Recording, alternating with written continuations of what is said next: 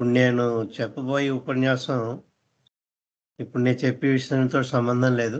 అయినప్పటికీ కూడా ఇది ఇది ఒక అవకాశం కింద తీసుకుని మీతో షేర్ చేసుకుంటున్నాను కొన్ని విషయాలు.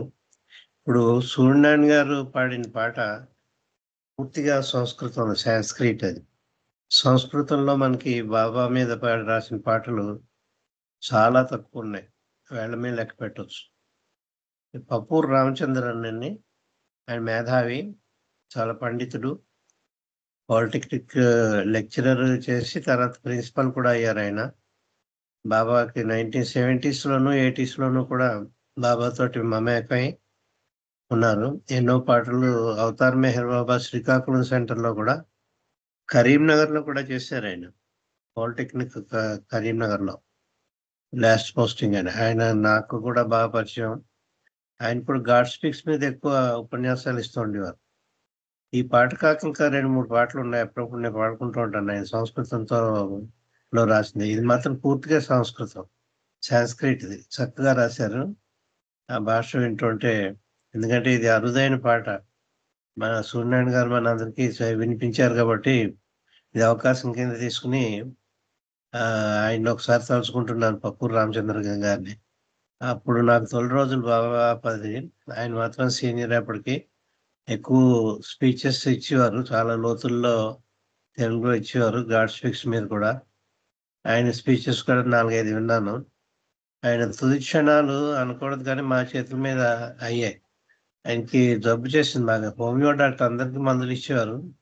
హోమియో మీదే ఎక్కువ ఆహ్, లాగించారు. కానీ ఆఖరికి ఆయన చేతిలో లేకపోతే కేజీహెచ్ అని విశాఖపట్నంలో పెద్ద హాస్పిటల్ ఉంది. గవర్నమెంట్ హాస్పిటలే కానీ కేజీహెచ్ అని పెట్టారు. King George hospital.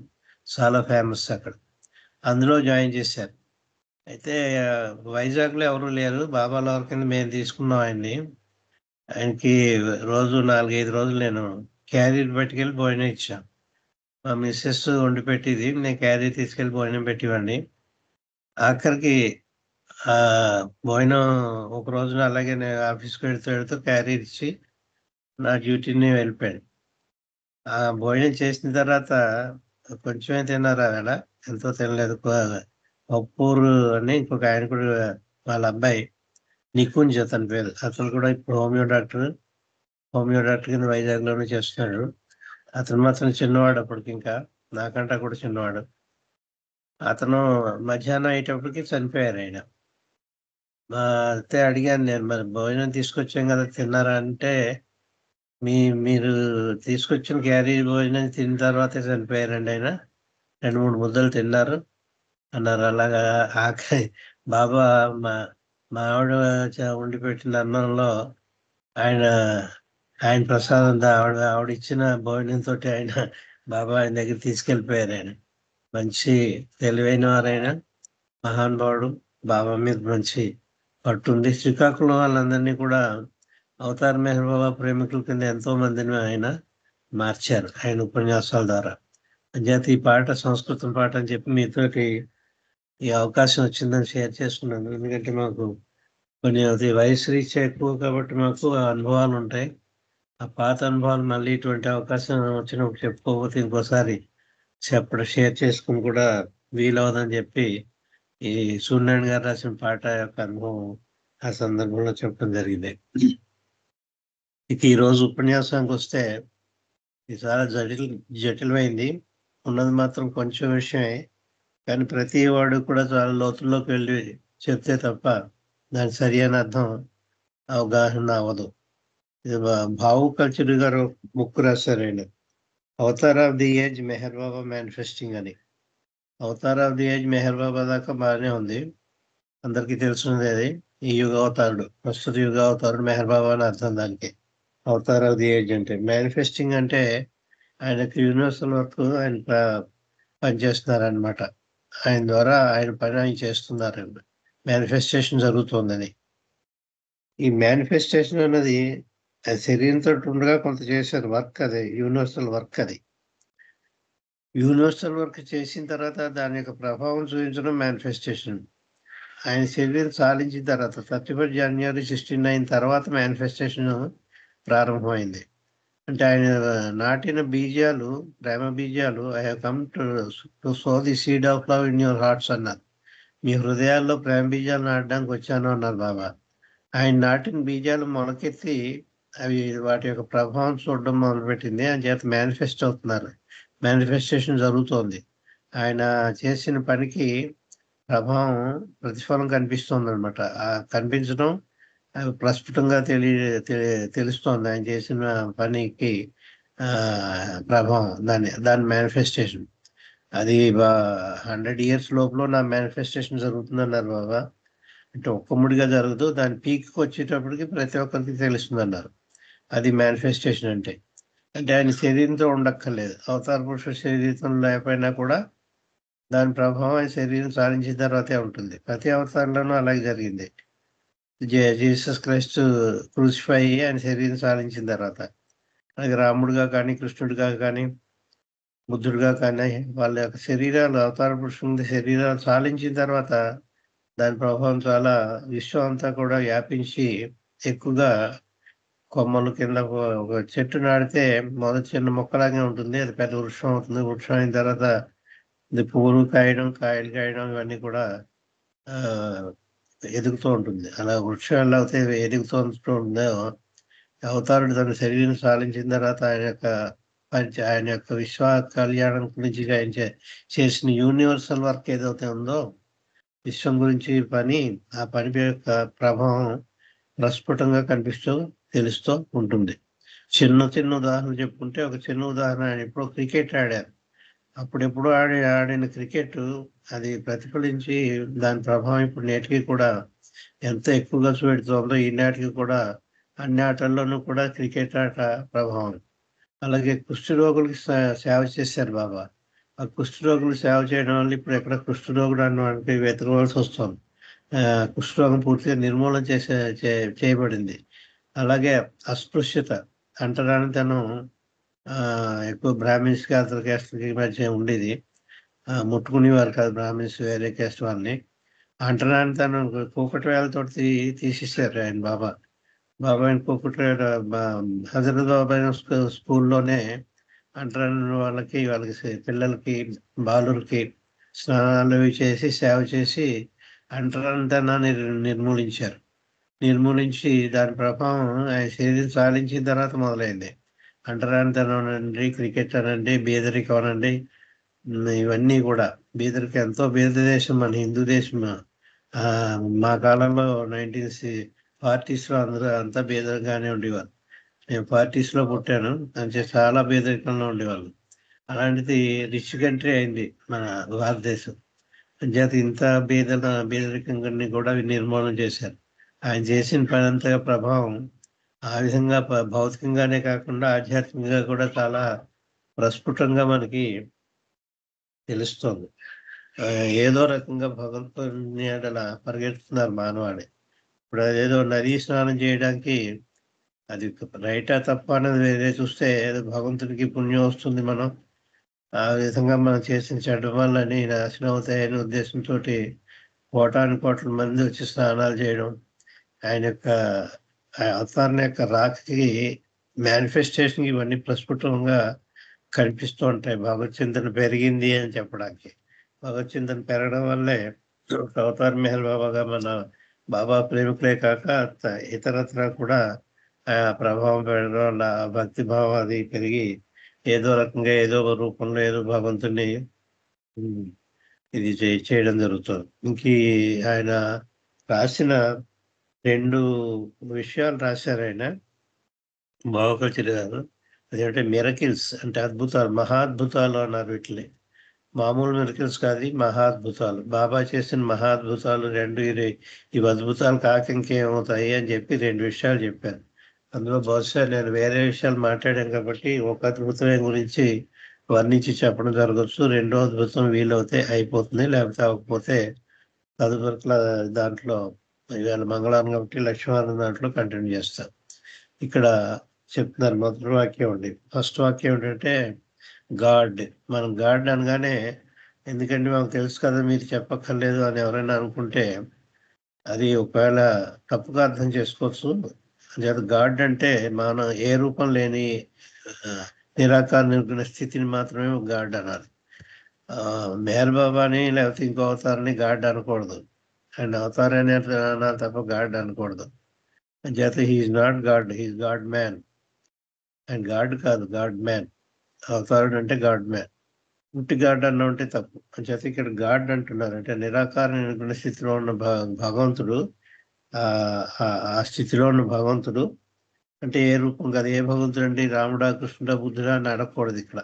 అంటే ఏ నామము లేనివాడు, ఏ రూపము లేని భగవంతుడు అంటే ఈ సృష్టి లేనప్పుడు సృష్టి కంటే పూర్వంగా ఉండే స్థితి అది. It is a state. ఆ స్థితి భగవంతుని స్థితి. ఆ స్థితిని గాడ్ అంటారు. God has created. ఆ నిరాకార నిర్గుణ స్థితిలో ఉన్న భగవంతుని యొక్క స్థితి ఇవి సృష్టించింది. ఏమిటి సృష్టించింది అంటే ఇన్యూమరబుల్ అంటే లెక్కలేనన్ని యూనివర్సెస్, విశ్వాన్ని. యూనివర్స్ అంటే విశ్వము అని చెప్పుకోవాలి ఇక్కడ మన అర్థం. ప్రపంచం అని చెప్పినా కూడా కాదు, విశ్వం అని చెప్పుకోవాలి. విశ్వాలంటే ఇప్పుడు భూమి ఒక గోళం, మనకు తెలుసు. ఎర్త్ ఒక ప్లానెట్ అంటారు, దాన్ని గోళం, అది భూగోళం అంటారు. ఈ భూమి లాంటిది మరి సూర్యుడు ఉన్నాడు, చంద్రుడు ఉన్నాడు, నక్షత్రాలు ఉన్నాయి, భూమి ఉంది, ఇలాగ ఎన్నో ఉన్నాయి. ఇవి మనం చూసినవి తక్కువే. మనం చూడని చాలా 18,000 ఉన్నాయన్నారు బాబా. 18,000 ఉన్నాయన్నారు యూనివర్సెస్. అంచేత ఇన్యూమరబుల్ అన్నారు, లెక్క చెప్పకుండా. ఇక్కడ బాబా చెప్పారు కాబట్టి మనం 18,000 విశ్వాలని సృష్టించాడు. 18,000 ప్రపంచాలన్నా కూడా సరికాదు, విశ్వం అనే అందాం మనం. ప్రపంచం అంటే మళ్ళీ అక్కడ మన నిర్వచనం వేరు. వాళ్ళది జియోగ్రఫికల్ గా ప్రపంచం అంటే ఒక భూ ప్రపంచమే ప్రపంచం అంటాం మనం. కానీ భూ ప్రపంచమే ప్రపంచం కాదు. చంద్రుడు, సూర్యుడు, ఇంకా చాలా నక్షత్రాలు, 27 నక్షత్రాలు అంటారు. 27 నక్షత్రాలు అన్ని కలిసి ఉంటాయి. అవన్నీ ఒక్కొక్కటి ఒక్కొక్క విశ్వం. అటువంటి లెక్కలేనన్ని విశ్వాలని నిరాకార నిర్గుణ స్థితిలోని భగవంతుడు సృష్టించారు. అది మొదటి వాక్యం. God has created the innumerable universes. ఈ యూనివర్సెస్ అన్ని ఎలా ఉన్నాయి? అనంతమైన, ఇన్ఫినిట్ అంటే అనంతమైన అన్కాన్షియస్నెస్, చైతన్యము లేని స్థితిలో ఉన్నాయి. ఈ యూనివర్సెస్ లో ఎక్కడ కూడా చైతన్య రాహిత్యం ఉంది అని చెప్తున్నారు. అదేమిటి చైతన్యం లేని స్థితి అంటే? చైతన్యం ఉంది కదా. ఒక మానవుడికి మానవుడిగా చైతన్యం ఉంది, ఒక కుక్కకి కుక్కగా చైతన్యం ఉంది, ఒక దోమకి దోమ అని చైతన్యం ఉంది. అలాగే ఏ రూపంలో ఉన్నాయో, ఒక సముద్రానికి ఒక సముద్రం చైతన్యం ఉంది, ఒక సూర్యుడికి సూర్యుడి చైతన్యం ఉంది. అలా ప్రతిదానికి చైతన్యం ఉంది కదా. మరి ఇక్కడ అనంతమైన అచైతన్యం అని ఎందుకు రాశారంటే, ఇక్కడ ఇన్ఫినిట్ అన్కాన్షియస్నెస్ అని చెప్పడంలో అర్థం ఏంటంటే అనంతమైన చైతన్య రాహిత్య స్థితి. అంటే దేని పట్ల చైతన్య రాహిత్య స్థితి అంటే భగవంతుని పట్ల చైతన్య రాహిత్య స్థితి. అంటే భగవంతునికి చైతన్యం లేదు. ఈ విశ్వాలు ఇన్ని సృష్టించినప్పటికీ కూడా ఇప్పుడు నేను వర్ణించిన విశ్వాలు ఏదైతే ఉన్నాయో, బాబా చెప్పినట్లుగా 18,000 యూనివర్సెస్, 18,000 విశ్వాలు కూడా, ఆ విశ్వాల్లో చైతన్య, అనంతమైన చైతన్య రాహిత్యం ఉందంటున్నారు. చైతన్యము అంటే నేను చైతన్యం అనే చెప్తూ ఉంటాను, ఇంగ్లీష్లో దాన్ని కాన్షియస్నెస్ అంటాను. కానీ దీన్ని చాలా మంది ఎరుక అని అర్థం చెప్తూ ఉంటారు. నాకెందుకో ఎరుక అని కరెక్ట్గా అర్థం ద్యోతకం కాదు అని చెప్పి నేను చైతన్యం అని చెప్తూ ఉంటాను నా ఇది. కానీ మీ పరిభాషలో మీ గురించి నేను మార్చుకుని ఎరుక అని చెప్పి మార్చి మీకు అర్థమయ్యేటట్టు ఈ రోజు ఉపన్యాసం ఇచ్చుకుందాం.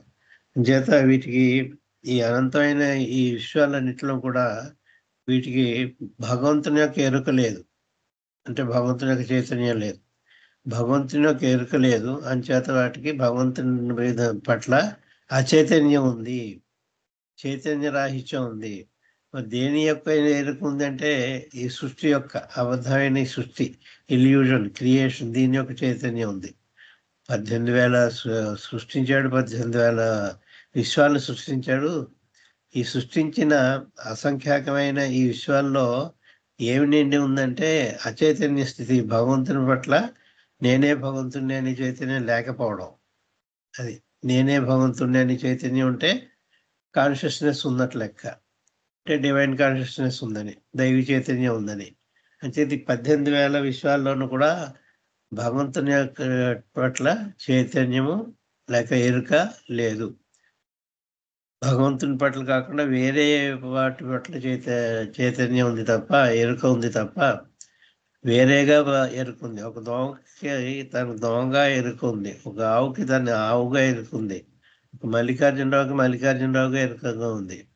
నా ఎరుక వేరు, మరి సూర్యనారాయణ గారి ఎరుక వేరు. సూర్యనారాయణ గారిగా ఎరుకుంది. అలా అసంఖ్యాకమైన ఈ జీవరాశుల్లో, ఈ విశ్వాల్లో ఉన్నదంతా కూడా అనంతమైన అచైతన్యము అని చెప్తున్నారు యూనివర్సెస్. అంచేత God has created the numerable universes ఉచ్ఛ్యాస్ అని అర్థం. వేటికైతే అనంతమైన అచైతన్యం ఉందో అటువంటి విశ్వాన్ని సృష్టించారట. విత్ ది ఇన్ఫినిట్ అన్కాన్షియస్నెస్ అని చెప్పారు. అని చెప్తే ఇంకేం చెప్తున్నారు? And though he is eternally free. ఇక్కడ ఆయన శాశ్వతంగా బంధ విముక్తుడు, ఏ బంధనము లేదు, స్వేచ్ఛగా ఉన్నాడు. అంటే ఈ సృష్టిలోనే బంధనాలు ఉన్నాయి, కానీ తనకి మాత్రం భగవంతుడిగా గాడ్ కింద ఏచే బంధ విముక్తుడు. అంటే భగవంతుడు అని చెప్తున్నారు కదా. హీ అంటే ఇక్కడ గాడ్, అవతారుడు కాదు, అవతార పురుషుడు కాదండి ఇక్కడ. భగవంతుడికి తనకు తానుగా ఈజ్ ఇటర్నల్లీ ఫ్రీ, శాశ్వతంగా స్వేచ్ఛగా ఉన్నాడు. దేనికి బంధకృతంగా లేడు. అంటే విశ్వం అంతా బంధీకృతం అయి ఉంది తప్ప, బంధనాలతోటి కలిగి ఉంది తప్ప, భగవంతుడి యొక్క ఎరుక లేకపోవడమే బంధనం. మనం ఇందులో చిక్కుపోయాం. నేను భగవంతుని కాదు అని ఎరుకతోటి ఉండడమే బంధనాల్లో ఉండడం అన్నమాట. కానీ భగవంతుడు అనే ఎరుకతోటే ఉన్నాడు. అంచేత భగవంతుడు అనేవాడు తను శాశ్వతంగా బంధ విముక్తుడుగానే ఉన్నాడు. కానీ అవతారుడుగా వచ్చినప్పుడు బంధనాల్లో చిక్కుకున్నాడు అని చెప్తున్నారనమాట. అవతారుడుగా రావడం అంటే మానవ రూపం ధరించాడు. ఎప్పుడైతే మానవ రూపం ధరించాడో, నిరాకార నిర్గుణ స్థితిలోని భగవంతుడు ఒక మానవుడిగా రూపం ధరించగానే పరిమితం అయిపోయాడు మానవుడిగా. అపరిమితమైన భగవంతుడు మానవుడిగా పరిమితం అయ్యాడు. అంచేత మానవుడితో అదే కాకుండా ఆయనకి అవతార పురుషుడు నుండి లక్షణం ఏమిటంటే, ఇప్పుడు వర్ణించిన యూనివర్సెస్ ఏవైతే ఉన్నాయో, అసంఖ్యాకమైన యూనివర్సెస్, దాని అంతటా నిండి ఉంటాడు అతను అవతార పురుషుడు. అంటే ఏమిటి? ఒక సూర్యుడు తానే, చంద్రుడు తానే, భూమి తానే, ఒక సముద్రము తానే. ఈ విశ్వంలో ఏది చూస్తే అది అసంఖ్యాకమైన విశ్వాలని ఏదైతే సృష్టించాడో ఆ విశ్వాలలో అన్నీ కూడా తానే అని చైతన్యంతో కలిగి ఉంటాడు. బాగా ఇంకా ఎక్కువ ఎగ్జాంపుల్తో చెప్పాలంటే, డైనోసార్స్ అని ఉండేది ఒక జంతువు. మనందరికీ తెలుసు, సినిమా కూడా వచ్చింది డైనోసార్స్ అని. ఆ డైనోసార్స్గా కూడా అవతారుడు ఆ అనుభవం, ఆ చైతన్యంతో కూడా ఉన్నాడు అవతార పురుషుడు. అది నశించిపోయింది, ఇప్పుడు లేదా డైనోసార్స్ అన్నది. ఎక్కడ అరుదుగా 1, 2 ఎక్కడ ఉన్నాయేమో. కొన్ని జీవరాశులు నశించిపోయాయి, కొత్త జీవరాశులు వస్తున్నాయి. ఇప్పుడు వ్యాధులు రావడానికి కూడా, కొత్త జీవరాశులు రావడానికి కారణం, మనకి వ్యాధులు కూడా కొత్త కరోనా అని ఇవన్నీ రావడానికి కారణం కొత్త జీవరాశులు వస్తున్నాయి. అంచేత పాత ఎన్నో కొన్ని లక్షల సంవత్సరాల క్రితం ఉండి జీవరాశుల్లో ఉండి చైతన్యములోనూ అవతార పురుషుడు ఉన్నాడు. ప్రస్తుతం ఉన్న జీవరాశుల్లోనూ అవతార పురుషుడు ఆ చైతన్యంతో ఉన్నాడు.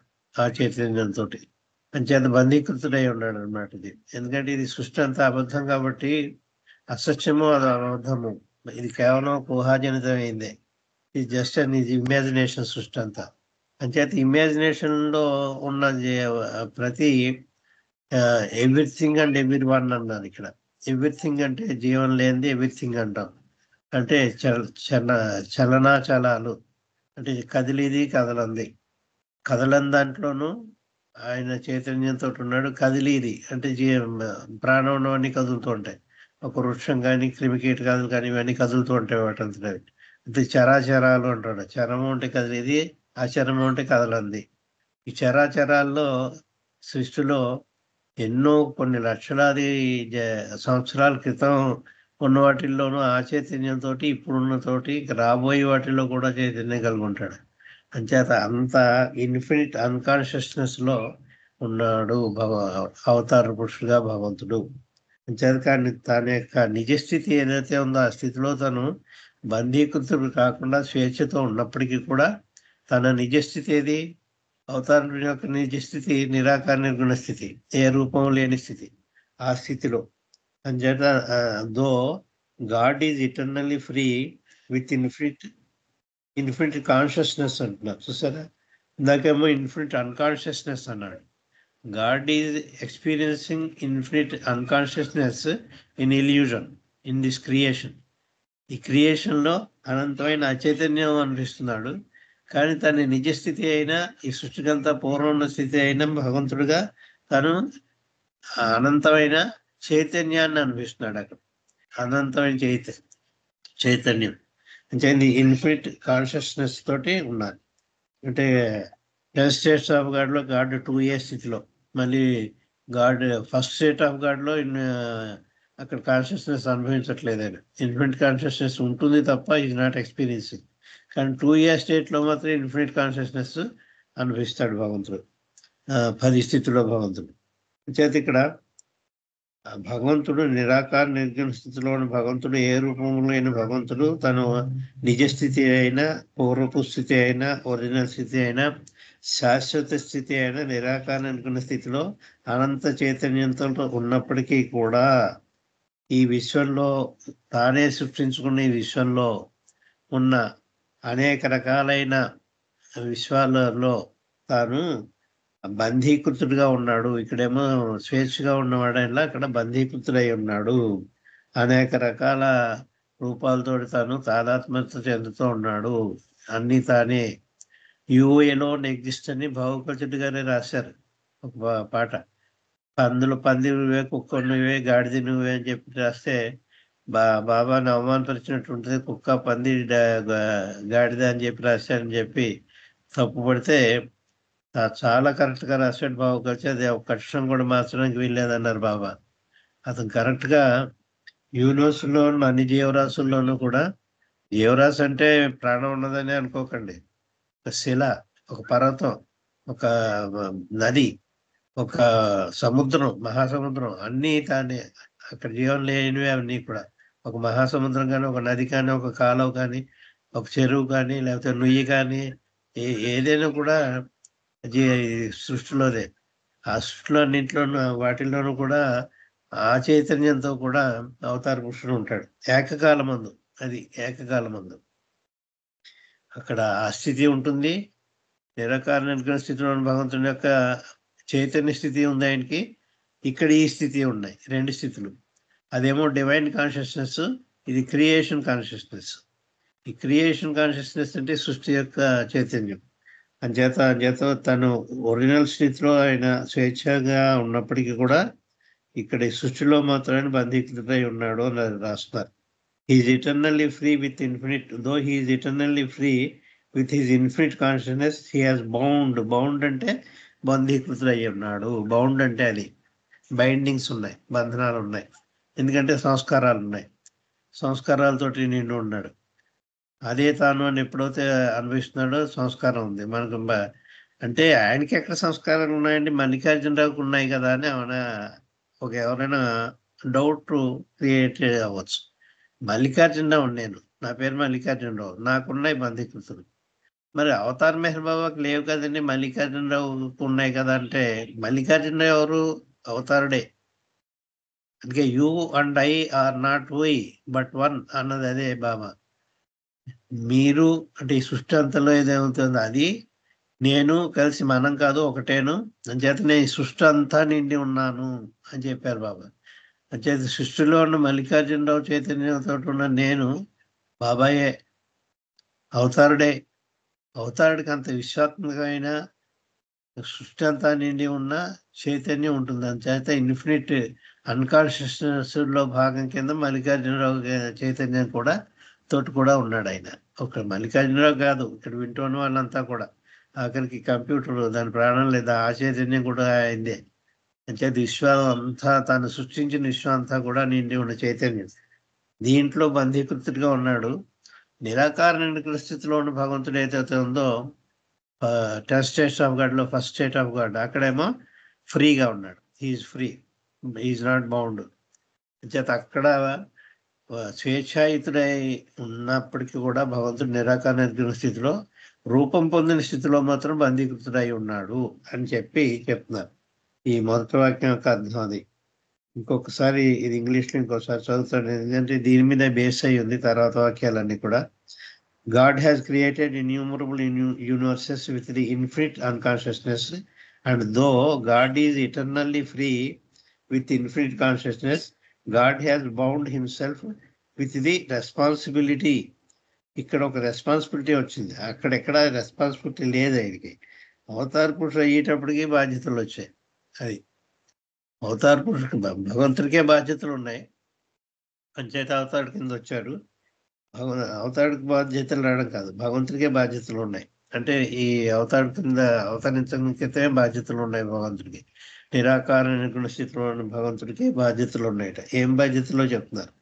God has bound himself with the responsibility of making each one free from the bindings of illusion. ప్రతి ఒక్కరిని కూడా, ఈచ్ వన్ అంటే ప్రతి ఒక్కరిని, మానవుల్ని అనుకోవచ్చు, లేకపోతే ప్రతి ఒక్క పిపీలు కాదు, బ్రహ్మ పర్యంతాన్ని సృష్టి అంతర్లో ఉన్న ప్రతి జీవరాశికి కూడా, జీవాత్మకి కూడా ఆ జీవాత్మని పరమాత్మగా మార్చవలసిన బాధ్యత నిరాకార నిర్గుణ స్థితిలో ఉన్న భగవంతుడికి ఉంది. అందుచేత ఆ బాధ్యత ఉంది కాబట్టి అని రూపం ధరించి అవతార పురుషుడిగా మన మధ్యకి వస్తారు అని రాస్తున్నారు ఆయన అక్కడ. ఆ బాధ్యత నిరాకార నిర్గుణ స్థితిలో ఉన్న గాడ్కే ఉంది, గాడ్ కంటే భగవంతుడికి, అవతారుడికి కాదు. And though he is eternally free with infinite consciousness, God has bound himself with the responsibility of making each one. అంటే everyone అనొచ్చు, everything అనొచ్చు. ఈచ్ వన్ అంటే everyone అండ్ ఎవ్రీథింగ్ వస్తుంది. వాళ్ళని ఏం చేయడానికి అతని బాధ్యత? ఫ్రీ, వాళ్ళని బంధ విముక్తులు చేయడం. బంధీకృతమైన మనం, ఈ సృష్టిలో బంధీకృతమైన మనని బంధ విముక్తులు చేయడం. అదే ముక్తి, మోక్షం ఇవ్వడం అంటే అదే ముక్తి. దేని నుంచి ముక్తి అంటే నేను అనే అహంకారం నుంచి విముక్తి కలిగించడం. నేనే భగవంతుడిని అని శాశ్వత చైతన్యం మనకు కలుగచేయడం. నేను మల్లికార్జునరావుని అని అబద్ధమైన చైతన్యంతో ఉన్న బంధనాలతో కూడిన అహంకారంతో కూడిన మల్లికార్జునరావు దగ్గర నుంచి విడుదల చేసి నేను మల్లికార్జునరావుని కాదు, నేను భగవంతుడిని అనే స్థితికి తీసుకెళ్ళడం అనే బాధ్యత ప్రతి ఒక్కరిని, ప్రతి జీవాత్మని తీసుకెళ్ళవలసిన బాధ్యత ఈ నిరాకార నిర్గుణ స్థితిలో భగవంతుడికి ఉంది. కాబట్టి ఆయన ఏకకాలం ముందు అనంతమైన అచైతన్యము, ఏకకాలం ముందు అనంతమైన చైతన్యము, రెండు చైతన్యాలు కలిగి రూపం ధరించి మన మధ్యకి అవతార పురుషుడి కింద వస్తారు అని చెప్తాను. He has bound himself with the responsibility of making each one free from the binding of illusion. Illusion అంటే భ్రమపూరితమైన ఈ సృష్టి యావత్తు కూడా తానే నిండి వస్తారు. మనం ఈ సృష్టిలో ఉన్న ప్రతి దాన్ని కూడా పిపీలు కాదు, బ్రహ్మ పర్యంతం అంతా కూడా తానే గాడ్ కాన్షియస్నెస్ ఇవ్వడానికి, భగవంతుని చైతన్యం ప్రసాదించడానికి, బంధ విముక్తుల్ని చేయడానికి. ఈ సృష్టి బంధం అవుతుంది. ఆ బంధనాల నుంచి విముక్తి చేయడానికి, ఇంకా చెప్పాలంటే సంస్కారాల నుంచి విముక్తి చేయడం. సంస్కారాలే బంధనాలు. ఆ సంస్కారాల నుంచి బంధ విముక్తి చేయడానికి అతనికి బాధ్యత ఉంది, రెస్పాన్సిబిలిటీ అని రాశారు. చేత అవసరము తనకలేక అనేది కరెక్ట్ కాదు. అది వేరే యాంగిల్లో చెప్పి ఉండొచ్చు భాస్కర్ రాజు గారు. కానీ భగవంతుడికి ఆ శాస్త్ర ఆ బాధ్యత ఉంది. తనే సృష్టించిన సృష్టి నుంచి భగవంతుడని చైతన్యం కలిగించే శక్తి బాధ్యత ఉంది. అంచేత ఆ బాధ్యత ఉంది కాబట్టి so God comes in human form. ఇక్కడ క్లియర్గా రాశారు భావుకచర్ గారు, చాలా సులువైన మాటల్లో రాశారు. అందుచేత, సో అంటే అందుచేత, గాడ్ అంటే నిరాకార నిర్గుణ స్థితిలో భగవంతుడు కమ్స్ వస్తాడు. ఎలా వస్తాడు? ఇన్ హ్యూమన్ ఫామ్, మానవ రూపంలో వస్తాడు.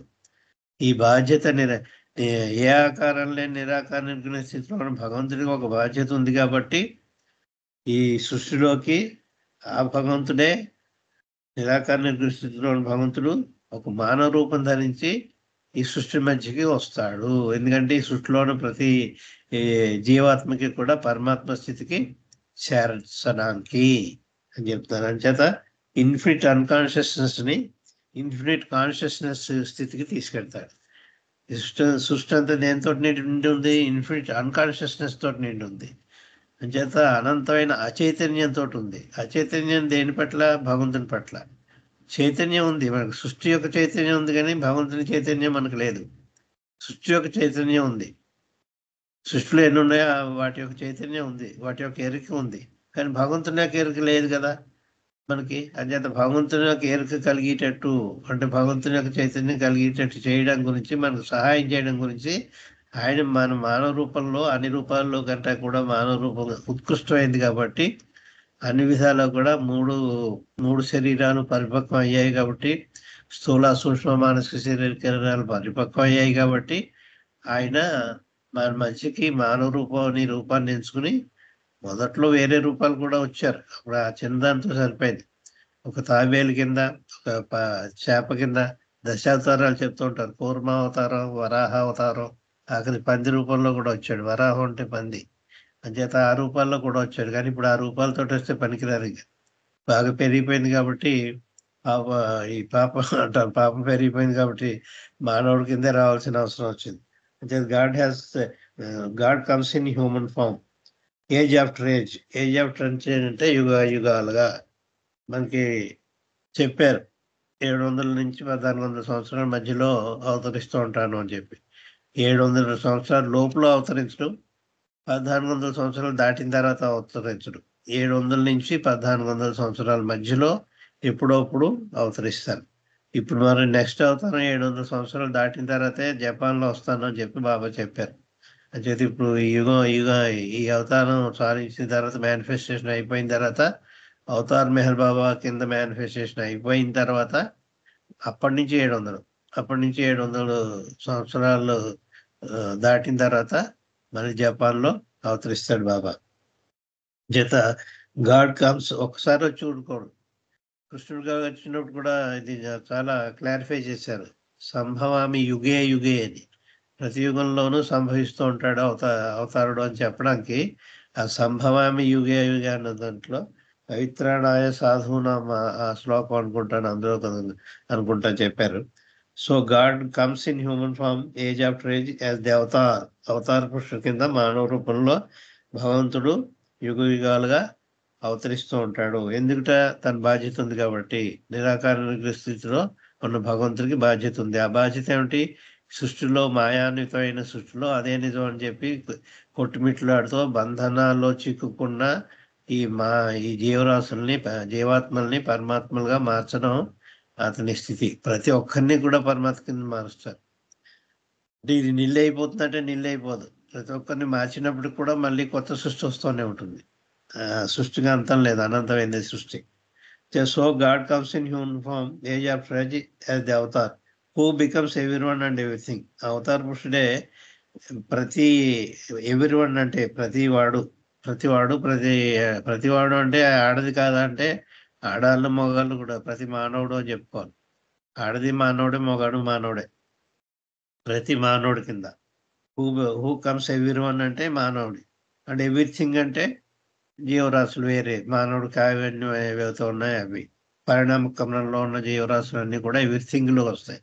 ఎవ్రీవన్ అంటే ఈ జన్మ పునర్జన్మ ప్రక్రియలో ఉన్న మానవులు వస్తారు. అంచేత మానవుడి కింద అనమాట. హూ బికమ్స్ ఎవ్రీవన్ అంచేత ఎవ్రీవన్ తానే అయిపోతాడు, ఎవ్రీథింగ్ కూడా తానే అయిపోతాడు. అయిపోయి అవతార పురుషుడు రూపం మాత్రం మానవ రూపంలో వస్తాడు. ఆయన రూపం మాత్రం మానవ రూపమే ఎంచుకున్నాడు. మానవ రూపంలో యుగాలుగా వస్తూ ఉంటాడు అని చెప్పాడు. ఇంత చెప్పి ఇక్కడ అంటున్నారు భావకల్చర్ గారు, is it not his miracle to let himself be bound so that he can free others from bindings. ఇతరులని బంధ విముక్తులు చేయడానికి తాను బంధాల్లో చిక్కుకోవడం అది మిరకిల్ కాదా అంటున్నారు ఈయన. భగవంతుడు ఏ బంధనం లేదు ఆయనకి. మన గురించి మన అందరినీ బంధ విముక్తుల్ని చేయడానికి ఆయన బంధనాల్లో చిక్కుకున్నాడు. As avatar he is bound. అవతార పురుషుడి కింద ఆయన బంధ విముక్తుడు కాదు, బంధనాల్లో చిక్కుకున్నాడు ఆయన. ఎందుకండి మీరు బంధనాల్లో చిక్కుకున్నారంటే, నేను మనిషిగా పుట్టవలసి వచ్చిందండి. ఎందుకంటే మీరు మనిషిగా పుట్టారంటే, నేను మనిషిగా పుట్టే తప్ప మీరేమో నా స్థితికి చేరుకోలేరు, నేను మానవుడి కింద అవతరించాలి. అంచేత నేను మీ గురించాను. మిమ్మల్ని నా స్థితికి తీసుకెళ్ళడానికే నేను మీరు ఉన్న బంధనాల్లో చిక్కుకున్నాను అని చెప్తున్నారు. అదే అంటున్నారు భావకృష్ణ గారు ఇక్కడ. మనందరినీ బంధవిముక్తుని చేయడానికి ఆ నిరాకార నిర్గుణ స్థితిలో ఉండగానే చేయొచ్చు కదా అని ఎవరికైనా అనుమానం వస్తే, అలా చేయడానికి వీలు కాదు. ఎందుకంటే అందులో ఉన్నవాడిని మనం చేరుకోలేకపోతున్నాం. నిరాకార నిర్గుణ స్థితిలో ఉన్న భగవంతుడిని మనం చేరుకుని నేనే భగవంతుడిని అనే స్థితికి మనం చేరలేకపోతున్నాం. మనం నమ్మలేకపోతున్నాం నిరాకార నిర్గుణ స్థితిలో ఉన్న భగవంతుడిని. రోజు పెడుతున్నాం గాఢ నిద్రావస్థలో, డీప్ స్లీప్ స్టేట్లో ప్రతిరోజు కూడా ఆ స్టేట్కి వెళ్తున్నాం. కానీ ఆ స్టేట్కి పెడదామని ధ్యాస లేదు మనకి. ఆ నిరాకార స్థితిలో ఉన్న భగవంతుని మనం ఆరాధించలేకపోతున్నాం. ఆయన అవతార పురుషుడి కింద మానవ రూపంలో వచ్చినప్పుడు మాత్రమే ఆరాధిస్తున్నాం. రాముడు గాను, బుద్ధుడు గాను, క్రైస్తు గాను అనేక రకాలుగా వచ్చారు గతంలో. అలా మానవుడిగా వచ్చినప్పుడు మాత్రమే మనం ఆరాధించగలుగుతున్నాం. ఆ నిద్రావస్థలో ఉన్న గాఢ నిద్రావస్థ స్థితిలో ఉన్న భగవంతుడినిగా మనం ఆరాధించలేకపోతున్నాం. మనం రూపారాధన అవసరం వస్తుంది. అందుచేత ఆయన రూపం తీసుకుని మానవ రూపం ధరించి మన మధ్యకు వస్తున్నారు. అంచేత ఆయన శాశ్వతమైన బంధ విముక్తుడిగా ఉన్నప్పటికీ కూడా మానవాళి గురించి, లేకపోతే ఈ సృష్టిలో ఉన్న జీవరాశుల గురించి, జీవాత్మల గురించి వీళ్ళని తన స్థితికి అయిన బంధ విముక్త స్థితికి తీసుకెళ్ళడానికి తాను బంధీకృతుడైపోవడం అది మిరకిల్ కాదా అంటున్నారు. మనం అన్ని బంధ విముక్తులు చేయడానికి ఈ జీవాత్మల్ని తాను బంధీకృతుడైపోవడం అది అద్భుతం కాదా అని చెప్పి ఆయన రాస్తున్నారనమాట. ఆయన శాశ్వతంగా మళ్ళీ ఈ పని అయిపోయిన తర్వాత మళ్ళీ తను రియల్ స్టేట్కి వెళ్ళిపోతారనుకోండి, అది వేరే విషయం. Is it not his miracle to let himself bound. ఆయనే నేను బంధీకృతుడని తనకి తానే విధించుకున్నాడు ఆ బంధనాలు. మళ్ళీ తనకి తానే కావాలని కోరుండి తెచ్చిపెట్టుకున్నాడు ఈ బంధనాల్ని.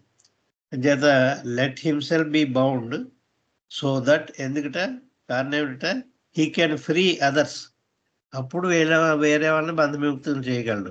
తన అవతార పురుషు కింద అవతరిస్తే తప్ప అందరినీ బంధవిముక్తులు చేయలేరు. సద్గురువులు అందరినీ చేయలేరు. కానీ ఈయన ప్రతి ఒక్కరిని అని రాశారు. అందుకే సద్గురు కొందరిని మాత్రమే భగవంతుడి స్థితి చేర్చగలరు. కానీ అవతార పురుషు అందరినీ చేర్చగలరు, ప్రతి ఒక్కరిని కూడా. చేత ఈచ్ వన్ అని రాశారు పైన, each one free from bindings అని. So that he can free others from bindings. ఈ బంధనాల నుంచి ప్రతి ఒక్కరిని కూడా బంధ విముక్తిని చేయడానికి తానే బంధీకృతం అయిపోతారు. నిరాకార నిర్గుణ స్థితిలో ఉన్న భగవంతుడు తానే బంధీకృతుడే మన మధ్య తిరిగి మనతో జీవించి మనని వారి స్థితికి తీసుకెళ్తారు అని చెప్పి ఆల్రెడీ కొన్ని మెమోరియల్ టవర్లో ఎంతమందిని ఆయన స్థితికి తీసుకెళ్ళిపోయారో మనకు తెలుసు. వాళ్ళందరూ కూడా లిబరేషన్ పొందిన వాళ్ళే, ముక్తి మోక్షం పొందిన వాళ్ళే మెమోరియల్ టవర్స్లో ఉన్న వాళ్ళు. అందులో ఆయన యొక్క తల్లిదండ్రులు కూడా పేర్లు కూడా ఉన్నాయి. ఆయన తల్లిదండ్రుల పేర్లు ఏ స్థితికి చేరారో మిగిలిన వాళ్ళందరూ కూడా ఆ స్థితికే చేరారు. కావస్తే ఆ పేర్లు మీ లిస్టు బిల్వడ్ బాబాలో కూడా ప్రింట్ చేశాను నేను. కేటగిరీ వైజ్ కూడా తెలుగు వాళ్ళ పేర్లు కూడా విడిగా రాశాను అందులో. మన ఆంధ్ర వాళ్ళది, ఆంధ్ర తెలంగాణలో ఉన్న వాళ్ళ పేర్లు కూడా విడిగా లిస్టు బిల్వడ్ బాబా అనే మ్యాగజైన్లో రాశాను. ఆ మ్యాగజైన్ మీకు చాలా పవిత్రమైంది, అని రాసుకోవచ్చు. నోట్స్ ఉండండి గారు బిల్వడ్ బాబా మ్యాగజైన్స్ అన్నీ కూడా బౌండ్ చేసి లైబ్రరీ కింద కోటి సెంటర్లో పెట్టారు.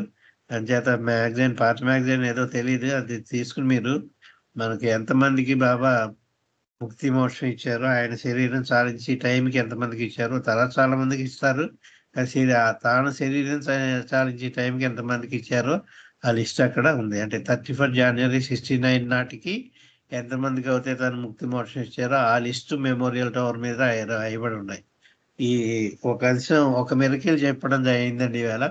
రెండో మెరికల్ వచ్చి లక్ష్మీవారం నేను మీతో షేర్ చేసుకుంటాను. అద్భుతమైన మెరికల్ ఇది బాబా చేసింది. అవతార్ మెహర్ బాబాకి జై. జై బాబా అండి. జై బాబా అండి. మల్లికార్జునరావు గారు చాలా చక్కటి విషయాన్ని చక్కగా